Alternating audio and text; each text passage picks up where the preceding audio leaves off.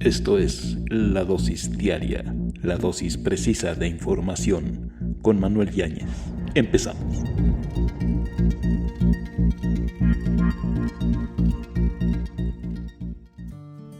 Buenos días, soy Manuel Yáñez.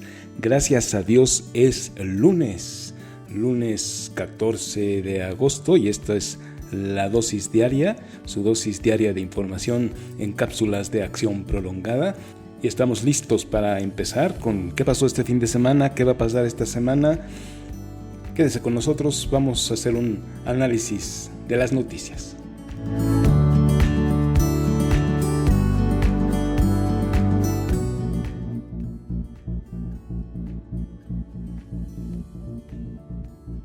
Ya regresa La Dosis Diaria.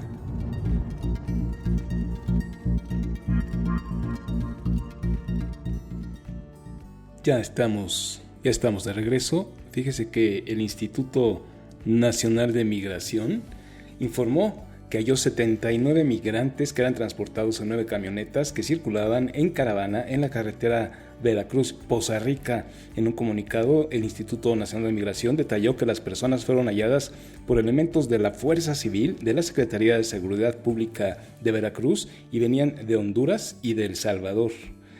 Precisó el Instituto Nacional de Migración que 62 personas viajaban en la caravana que provenía de Tabasco. No se ha podido disminuir la cantidad de migrantes que quieren atravesar nuestro país para llegar a Estados Unidos. Estos venían de Honduras, de El Salvador, buscando la oportunidad. Llegamos. ¿Se acuerda que platicábamos la semana pasada, estuvo Alicia Bárcena en Estados Unidos platicando con Anthony Blinken respecto al fentanilo y la migración y la seguridad? Y por lo pronto más migrantes quieren llegar a Estados Unidos. El gobierno estadounidense pide a México que les ayude a detenerlo. Por lo pronto, sin éxito. Quien tiene mucha experiencia en este tema es Marcelo Ebrard, quien era el canciller de México antes de que se dedicara a hacer ahora su gira de corcholata. Ahora en su lugar está Alicia Bárcena, pero Marcelo Ebrard dice que la ley antiinmigrante del gobernador de Florida, Ron DeSantis, está basada en tradiciones esclavistas y dijo que se debe informar a los migrantes sobre quienes promueven su persecución en el marco de las elecciones presidenciales de Estados Unidos rumbo al 2024. Por ejemplo, dice Marcelo Ebrard, la ley DeSantis en Florida es una ley claramente racista, basada en las peores tradiciones esclavistas que hace muchos años en Estados Unidos, porque lo que plantea es que se te aplique la ley por tu aspecto, entonces tenemos que combatirla, dice el ex canciller mexicano. Ante medios de comunicación, Ebrard aseguró que el país debe estar preparado ante cualquier escenario político de proceso electoral para el próximo año. Ya sabemos que hay elecciones también en Estados Unidos para la presidencia.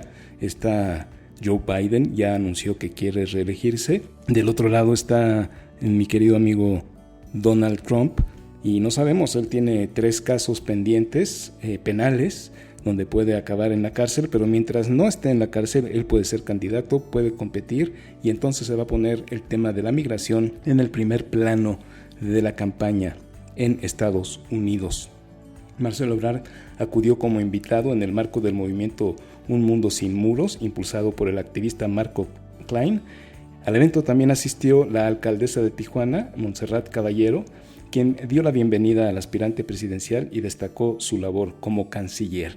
Marcelo Ebrard, aprovechando también el tema de la migración, él sabe del tema, él fue canciller, y por lo pronto Ron DeSantis y seguramente Donald Trump van a seguir con este tema del muro.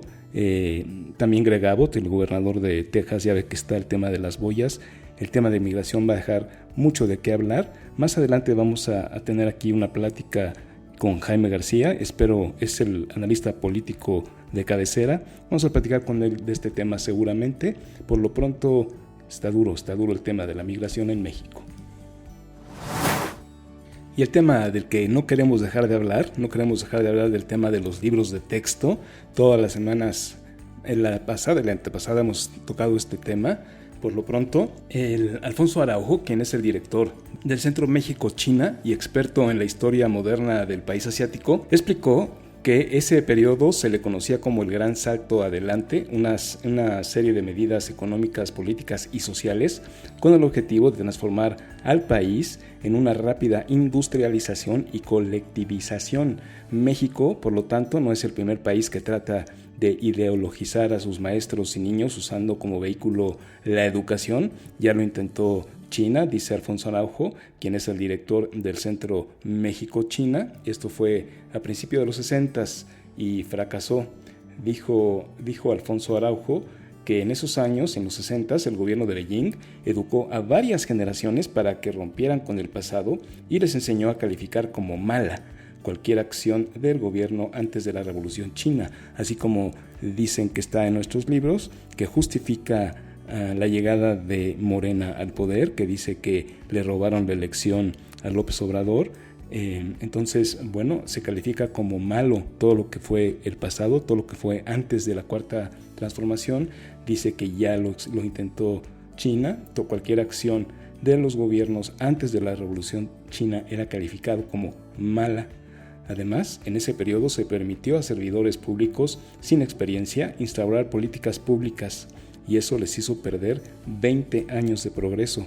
Hay que aprender de la historia. Habrá que ver si en los libros de historia viene marcada esto que pasó en China, lo que está pasando en Cuba, lo que está pasando en Venezuela. Se están atrasando el gobierno venezolano de ser una potencia en latinoamericana, el país latinoamericano y uno de los países en el mundo más ricos gracias a su producción petrolera, está ahorita en la quiebra total, igual que Cuba. Cuba era un paraíso turístico, ahora la pobre isla está con muy pocos recursos económicos. China se retrasó 20 años, apenas está recuperando este tiempo. Había que revisar la experiencia del gobierno chino. Alfonso Araujo ya lo dice muy bien. Mediante la educación trataban de ideologizar a las personas en la sociedad china y eso les llevó 20 años de retraso sin éxito.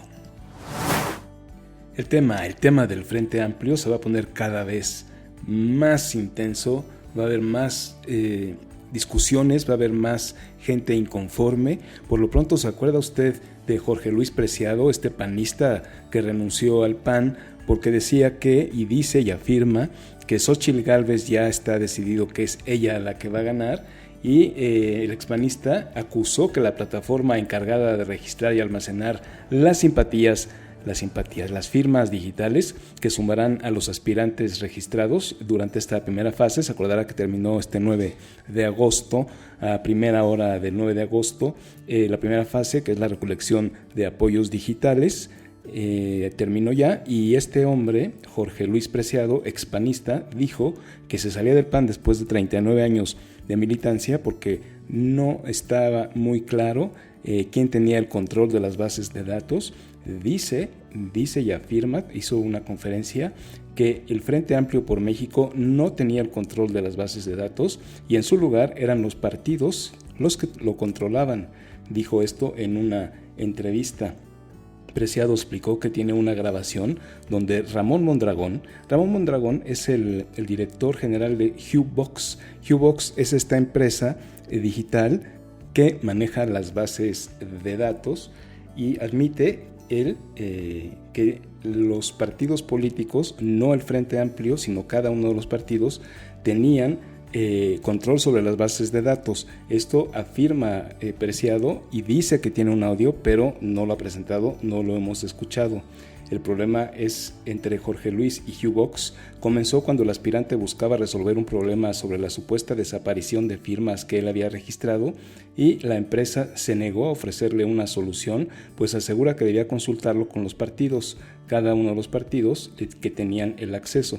Esto suena lógico. No cualquier persona puede decir, oye, déjame entrar, ¿no? Yo creo que ni siquiera la misma Xóchitl Gálvez, si hubiera hablado con el director de Hubox, yo hubiera dicho, oye, déjame entrar porque quiero ver un tema con la base de datos de mis firmas. Le hubiera dicho, a ver, quien tiene acceso son los presidentes de los partidos y ellos deben asignar quién de cada uno de los partidos del Frente Amplio por México puede tener acceso. O sea, de lo que se enoja el señor Preciado, pues la verdad es que tiene una lógica. Yo me he dedicado a temas digitales de mercadotecnia digital y comunicación digital, y la llave de entrada, los accesos están restringidos. Solamente los presidentes, los directores asignan quién tiene acceso y quién no, porque si cualquiera pudiera entrar a las bases de datos, pues cualquiera podría modificarlas, más cuando se trata de quienes están recibiendo los apoyos digitales.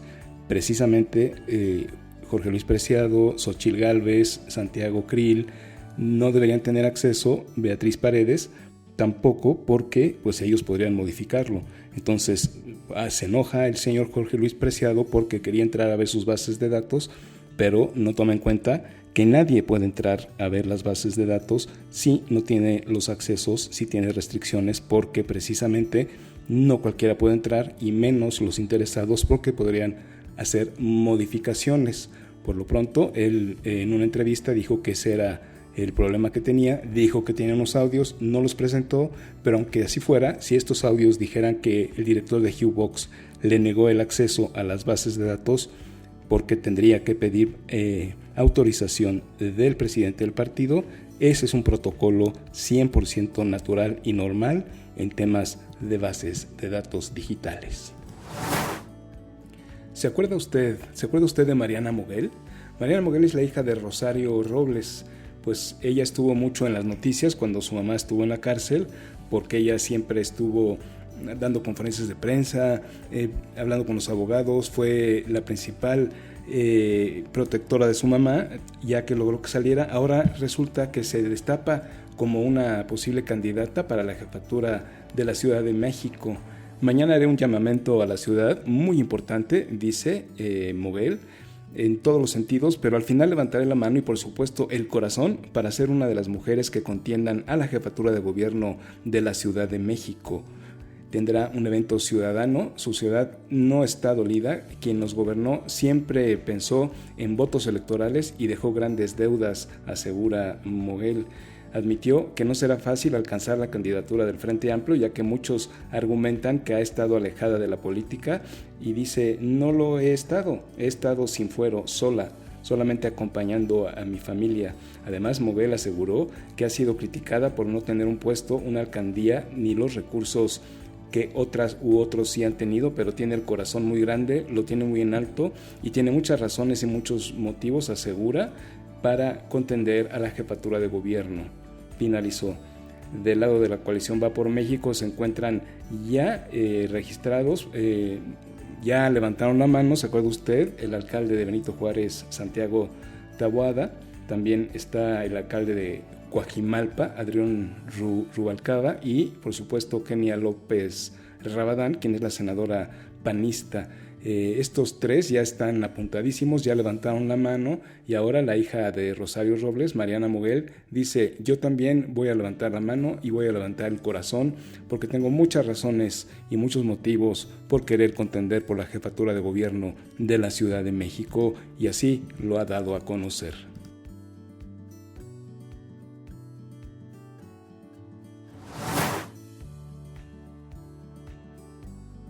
¿Y qué le parece si agarramos la gira artística de las campañas que no son campañas? Estuvo Santiago Krill en una reunión entre panistas hablando de temas de seguridad muy fuertemente, muy enjundiosamente estaba Santiago Krill diciendo que él ya presentó desde hace mucho algo que ninguno de sus compañeros se ha atrevido, y que dice que es una política de mayor seguridad pero con menos balas. Esto dijo Santiago Krill sobre temas de seguridad. Como panista de siempre, he podido hacer planteamientos para cambiar la estrategia de seguridad pública. Algo que los precandidatos que están en esta contienda ni siquiera se animaron a tocar de fondo. Presenté una propuesta de menos balas y más inteligencia. Una propuesta de más eficacia y menos violencia. Una propuesta que cambia el orden de lo que estamos haciendo en el gobierno federal, que cambia la estrategia de combate, que va al origen de la violencia, a los grupos más violentos, a su patrimonio, a su dinero, a la corrupción. Ahí es donde hay que dar la batalla. Que muera la impunidad y todo lo que lo acompaña. Creo en un México en paz. Creo en un México en paz. Todos quisiéramos creer en un México en paz. Mucha enjundia. Vamos a ver cuál es ese plan y vamos a conocerlo. Por lo pronto ya hay propuestas, aunque Lini ha dicho que deben ser informativas estas giras. Parece ser que ya todos se quitaron la máscara y estas campañas que no son campañas, resulta que son campañas que sí son campañas. Y la senadora del PAN, Xochitl Gálvez, estuvo en Baja California tirándole a Manuel Bartlett, diciendo que se hace mucho combustóleo, que se contamina mucho, pero que hay muchos apagones, que ese es el principal problema que hay allá, que es lo que le han dicho en Baja California. Y sí, el combustóleo, unas grandes chimeneas que contaminan durísimo ahí en Baja California. Y esto dijo Xochitl Gálvez desde Baja California. A todos desde La Paz, en Baja California Sur. Un verdadero paraíso que se friega con esas chimeneas de combustóleo que pone la CFE, pero ni así le da energía a Baja California Sur. Aquí la principal queja son los apagones, señor Bartlett. Con esta capacidad de energía eólica que tienen y con este sol, lo que le ha faltado a la CFE es visión. Por eso necesitamos mandar a estos cuates allá, lejos, y poner en la mesa las nuevas ideas que le ayuden a Baja California Sur a impulsar su turismo, impulsar las energías renovables y sobre todo que haya empleos para que salgan adelante. Desde hoy vamos a recorrer la Baja California Sur y van a ver el cambio que va a haber en este país. Energías renovables, sin duda alguna, algo que debe hacer este país. Combustóleo ya estuvo bueno de estar contaminando. Además, no vamos a cumplir con los acuerdos de París, no vamos a cumplir con la reducción de más del 30% de nuestras emisiones contaminantes si seguimos usando, refinando combustóleo. Y bueno, pues vamos a ver por lo pronto esta gira artística del diputado Santiago Krill y de la senadora Xochitl Gálvez, ya abiertamente candidatos a la presidencia de la República para el 2024, va a todo vapor. Quien también está por allá, por el noroeste de la República Mexicana, es Marcelo Ebrard. Estaba en Ensenada y también él tiene que decir y tiene que hablar mucho en temas de sus propuestas.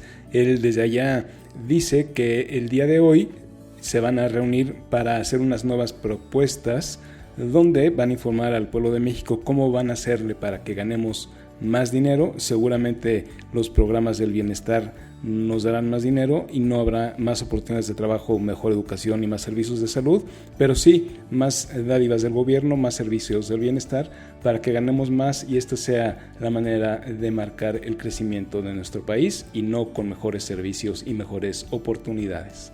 Estamos en La Rumorosa, en el camino entre Tijuana y Mexicali, prácticamente en la frontera entre México y Estados Unidos. Un día de buena suerte porque está lloviendo, aunque ustedes no lo crean, creo que aquí llueven 2 días al año o algo así.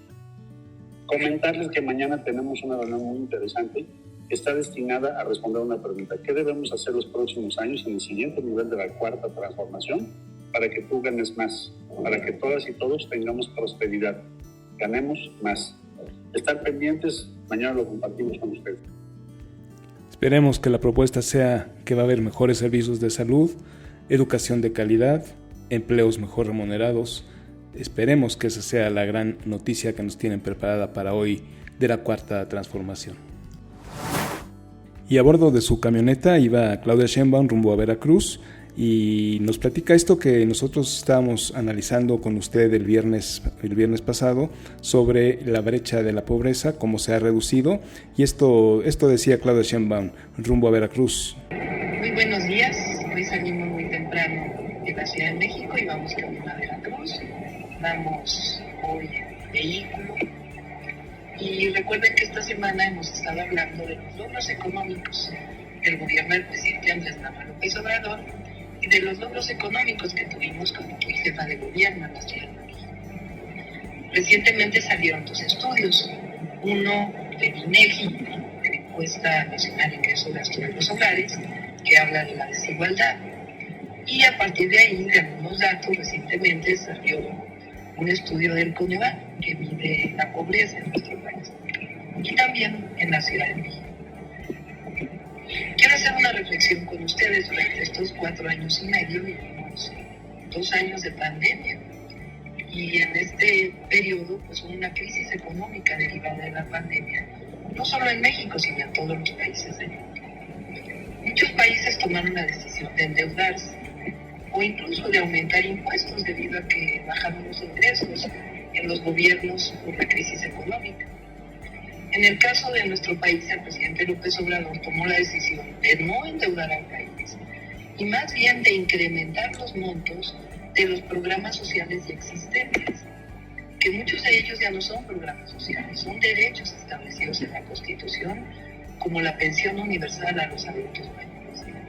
Pues los resultados son contundentes de esta política económica que pasó del neoliberalismo, de la corrupción, a un gobierno con una visión de economía moral, un gobierno humanista que combate la corrupción en todos los sectores.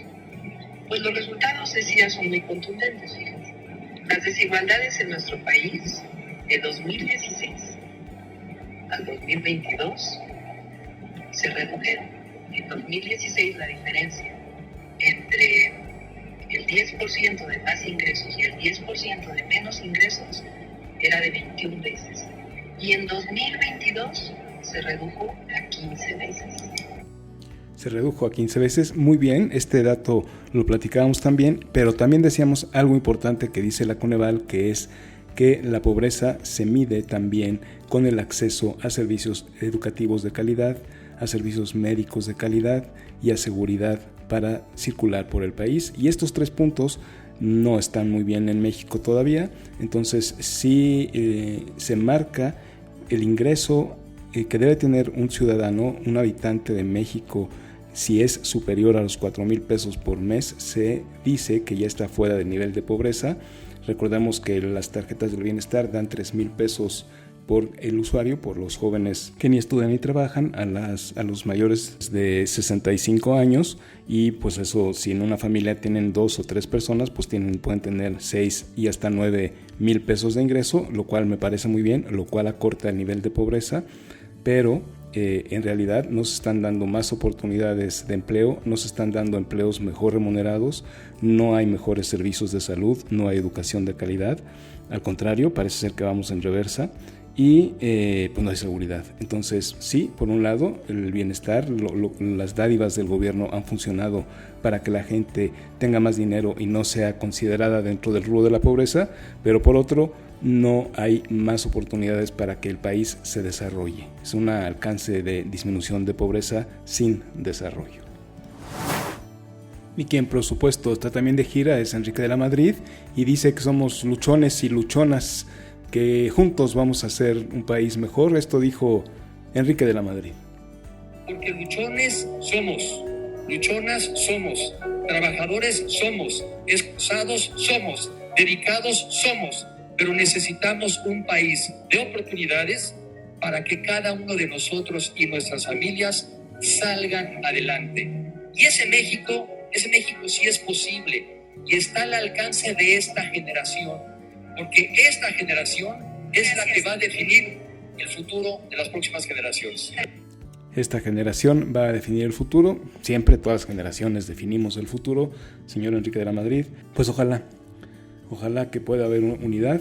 Este país ya estuvo bien de divisiones y vamos adelante. Vamos a ver qué pasa con las campañas. Recordemos que ahí está Beatriz Paredes también de campaña.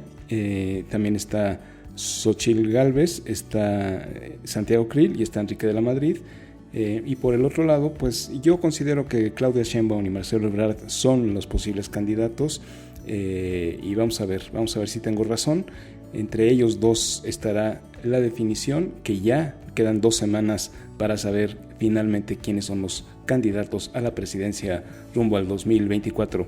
¿Qué le parece si hacemos una pausa y regresamos con Jaime García para hablar de temas de política, de todo esto que hemos estado platicando? Él es un analista político de primer nivel y seguramente vamos a profundizar y nos va a aclarar muchos de estos temas. Vamos a hacer una pausa y regresamos.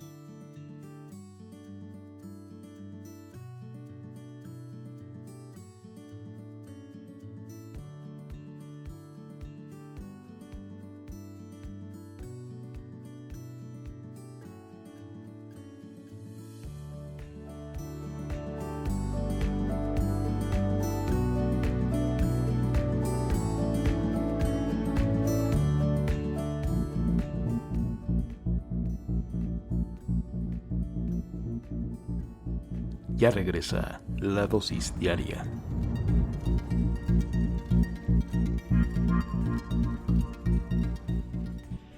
Ya estamos de regreso y como habíamos prometido, estamos con Jaime García, nuestro analista político. Él sabe mucho de estos temas de los que hemos estado platicando esta mañana. ¿Cómo estás, Jaime? Buenos días. Hola, Manuel. Buenos días, auditorio. ¿Cómo están? Estamos platicando aquí en el corte sobre las primarias de Argentina y también ya se alargaron demasiado las elecciones aquí en México. ¿Cómo ves, Jaime?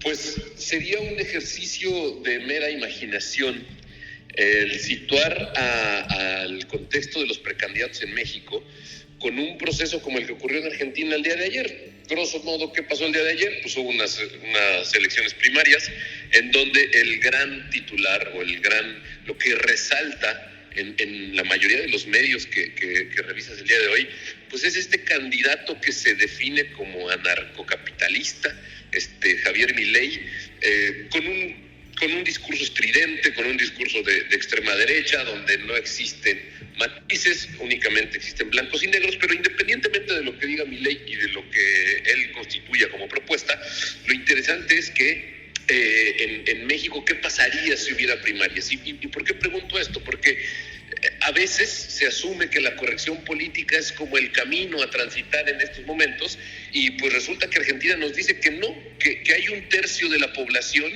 que quiere pelea, que quiere decir cosas que no están en la corrección política. Y creo que en México sería, más allá de interesante, podría resultarnos útil. ¿Y por qué digo útil? Pues porque entramos en un periodo de impasse en las precampañas, ¿no? Únicamente estamos ahí, quién simpatiza con el presidente, quién no, quién dice ser más cercano, quién dice ser más lejano, y creo que el ejercicio está resultando, pues por lo menos inútil y hacia los últimos días irrelevante. Irrelevante y desgastante, ¿no, Jaime? Ya están sacando libros y contando su historia cuando era chiquita y videos de la infancia de Claudia. Y el tema, pues si se mezcla con esto, Santiago Krill ya había dicho que esta suerte de primarias, ya inclusive les llamó primarias en alguno de sus encuentros con panistas. Y lo que vemos en Argentina es esta ultraderecha que demuestra también el hartazgo de la gente en estos discursos paternalistas y cómo se pueden ver reflejados aquí en México. Yo creo que las primarias en México funcionarían muy bien, pero sí, no campañas tan largas, deberían empezar en enero, no tenemos un año en campañas y estamos ya hartos y aburridos. Pues es que la oferta se ha ido adelgazando y esto es propio de tener a un presidente como el que tenemos. La verdad es que pues el entorno también va jalando a los precandidatos. Tú imagínate que pronto haya un precandidato o precandidata que se la haya pasado pensando mucho en a ver cómo le voy a llegar a los públicos, qué voy a decir en tal lugar, cuál es la principal contradicción del país, y de pronto el presidente desata el tema de los libros de texto y entonces pues todo lo que no esté orbitando con Andrés Manuel se vuelve irrelevante. Y fíjate que ya que mencionas a Santiago Krill, yo creo que una externalidad positiva, una ganancia de que hubiera primarias en México, es que sí situarían a personajes como Santiago Krill en la justa dimensión de sus ideas y de la trascendencia que tienen para el público. ¿A qué me refiero? Te imaginas una primaria de Santiago Krill quedara más o menos en el 6º lugar. Vaya, ya no tendríamos ni siquiera que estarle preguntando cuál es el futuro. El futuro terminaría cuando las primarias le dijeran que no califican entre los 7 personajes más importantes de este país en términos electorales, ¿no? Entonces, aunque tienen discursos diametralmente opuestos, yo situaría a Javier Milei con Gerardo Fernández Noroña. Es decir, Gerardo Fernández Noroña le habla a un gran público, le habla a una masa de votantes que no está en la corrección política, que no quieren conciliación, que no quieren reconciliación, que todavía no se han acabado de pelear con aquellos que los empobrecieron. Entonces, tú imagínate que hubiera una primaria donde Noroña saliera por ahí del 3º, 4º, pues sí nos situaría mucho en una discusión mucho más de fondo, nos situaría en una discusión de qué es lo que quiere el elector y no qué es lo que quieren los partidos, y esa sería una gran diferencia. Oye, vean esto, comparar a Milei y la ultraderecha con la ultraizquierda de Gerardo Fernández Noroña, pero tienes toda la razón. Yo estoy seguro que si hiciéramos una primaria, Gerardo Fernández Noroña saldría muy alto. Él ha calificado siempre muy alto en las encuestas, pero pues el presidente no lo tiene ni siquiera contemplado y nosotros tampoco, ¿no? Nosotros estamos pensando que si Xóchitl y si Claudia, a lo mejor Marcelo, yo digo que entre Marcelo y Claudia, y de este lado, pues híjole, no sé si Enrique de la Madrid le vaya a alcanzar, no sé si a alguien le vaya a alcanzar. Tú y yo hemos platicado y estamos seguros que difícilmente le vaya a alcanzar a alguno de estos candidatos para las elecciones de presidente y le apostamos más a los congresos, pero conforme nos estamos cansando ya de Claudia y de Marcelo y de etcétera y de corcholatas, pues a lo mejor alguien nos puede dar la sorpresa. Yo no sé si tú del lado del Frente Amplio ves a alguien que tenga realmente una fuerza combativa. Híjole, pues habría que echar a andar un poco el ejercicio de cómo fue el proceso de las firmas. Y es que cuando de entrada en algo como el Frente, que pues todavía está ahí medio gelatinoso y no se ponen de acuerdo y se va el PRD, se regresa, creo que el entusiasmo que suscitaron entre incluso las propias militancias, pues resultó muy poco favorable, porque cuando ya los integrantes del proceso cuestionan al proceso en sí, pues me parece que tienen un hándicap en contra. ¿Cuál es ese hándicap en contra? Y vuelvo al asunto de las primarias, que nos dirían, no le estás hablando a las personas que van a votar por ti, estás hablando de la oferta, pero no estás hablando desde la demanda. Y esa es la gran crisis del sistema de partidos. La gran crisis del sistema de partidos es que la democracia procedimental, como ellos la venden, pues no corresponde con las necesidades de la población. Entonces tú imagínate que hay un candidato de derecha que pudiera comenzar a hablar más allá de esta suerte de reconciliación, que yo no sé con quiénes se quieren reconciliar. Si el presidente tiene 63% de aprobación en general, siendo antisistema, pues me parece que no hay mucho que reconciliar. Más bien hay que construir otra oferta, hay que construir otro país.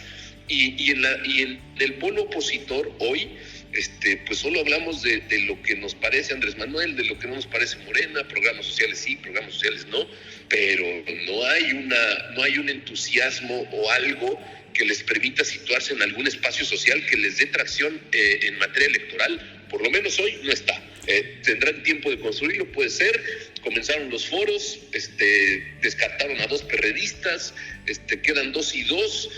La verdad es que no luce muy halagador el panorama para ellos. Y ojo, por el otro lado, Morena va a comenzar a construir el presupuesto de egresos de la Federación, que valga la pena decirlo, apuntan a que van a incrementar en un 25% el monto de los programas sociales. Entonces, la verdad es que el Frente, mientras satanice lo que hace este gobierno, se las va a ver muy complicadas para entusiasmar a alguien. Este dato que das del bienestar, este dato que dio la Coneval y lo que ha estado diciendo el INEGI, que cada vez hay menos pobres, pues efectivamente hay menos pobres porque hay más dádivas del gobierno y hay menos desarrollo. Entonces es una contradicción terrible. Y luego, abonando a lo que estás diciendo, a lo que estamos platicando de fondo, no puede haber además campañas porque estas primarias que no son primarias, porque son candidaturas que no son candidaturas, etcétera, etcétera, etcétera, porque el INE dice que solo son informativas y solo así pueden suceder. Deberían abiertamente decir va a haber elecciones y que pudieran candidatearse y pudieran hablar abiertamente de propuestas, porque nosotros ya estamos cansados, no hay propuestas, no hay candidatos oficialmente, entre comillas, y el PRD se puede salir de la alianza. Jesús Zambrano ha dicho que no creo que tengan fuerza para ir solos. Movimiento Ciudadano a lo mejor se anima, ya dijeron que ellos van solos, pero es una ensalada terrible. Falta muchísimo además para las elecciones de junio del 2024 y ya abiertamente debería haber un programa para ya las siguientes elecciones que digan, pues sí va a haber elecciones, sí pueden candidatearse, para poder escuchar propuestas y no solo aplausos a sí mismos y nada de avance. Pues fíjate que si hubiera este proceso, y digo, a veces no es tan serio hablar del hubiera o de lo que no existe, no. Pero imagínate que hoy tenemos más o menos 8 personajes, 10 personajes que han dicho yo quiero ser presidente de este país. Imagina que mediante un proceso en donde participe la ciudadanía, el electorado, pudiéramos quedar con 3 y se acabó el ruido y se acabó la discusión y entonces sobre esos 3 vamos a ver quién tiene una mejor oferta. Y la verdad es que hoy, pues con todo respeto y cada quien, como dicen, el que respira aspira, pero pues hemos escuchado cosas verdaderamente deplorables en estas precampañas, no nada más en términos de si hay una propuesta de fondo y real o no, sino el despliegue de recursos económicos, el despliegue de recursos mediáticos y fundamentalmente este placeo, este llegar a distintos lugares del país, hablarle a personas que honestamente no existen. Es decir, ¿qué me refiero con que no existen? Pues evidentemente los partidos hacen un esfuerzo y llevan a las fuerzas vivas a que escuchen al precandidato, pero cuando uno de pronto topa con que el aspirante a continuar con un proceso político que han dado en llamar transformación funge como una suerte de animadora de fiestas o de maestra de ceremonias, subiendo a dos personajes con máscaras de Fox. Sí, es una kermés. Cuesta mucho trabajo, Manuel. La verdad, cuesta mucho trabajo tomarlo en serio. No. Es una broma, es una falta de respeto, es una kermés, es una feria de pueblo. Y hasta que no haya definición, no vamos a poder seguir avanzando, querido Jaime. Por lo pronto, estos temas nos van a dar muchísimo más y estos tiempos del aire son muy cortos. Espero que podamos platicar el próximo viernes y ya tener más hilvanar más este tema. ¿Te parece bien? Perfecto. Te mando un abrazo, Jaime. Muchas gracias. Vamos a hacer una pausa y regresamos.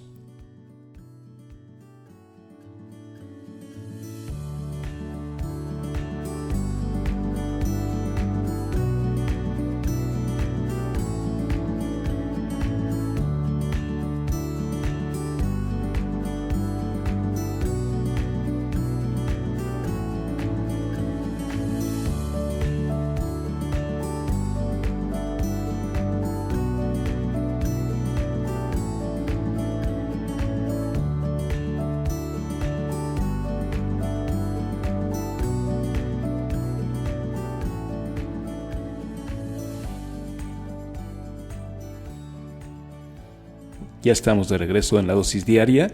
Jaime García, qué bien nos hace ver esta kermés política a la que estamos sujetos y que llevamos más de un año, casi 2.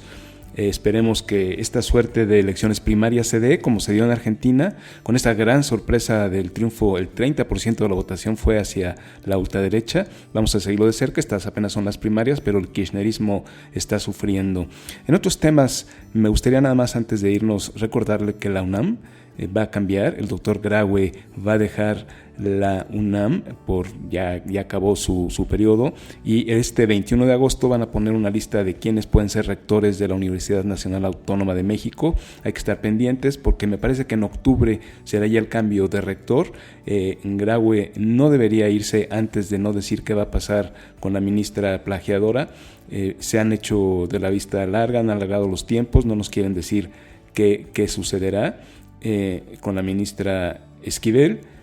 Vamos a ver si dice algo antes de dejarlo. Hay que preguntarle, hay que ver si lo podemos contactar.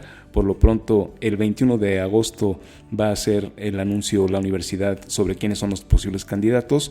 Y por lo pronto, esto es La Dosis Diaria. Yo soy Manuel Yáñez y nos escuchamos mañana.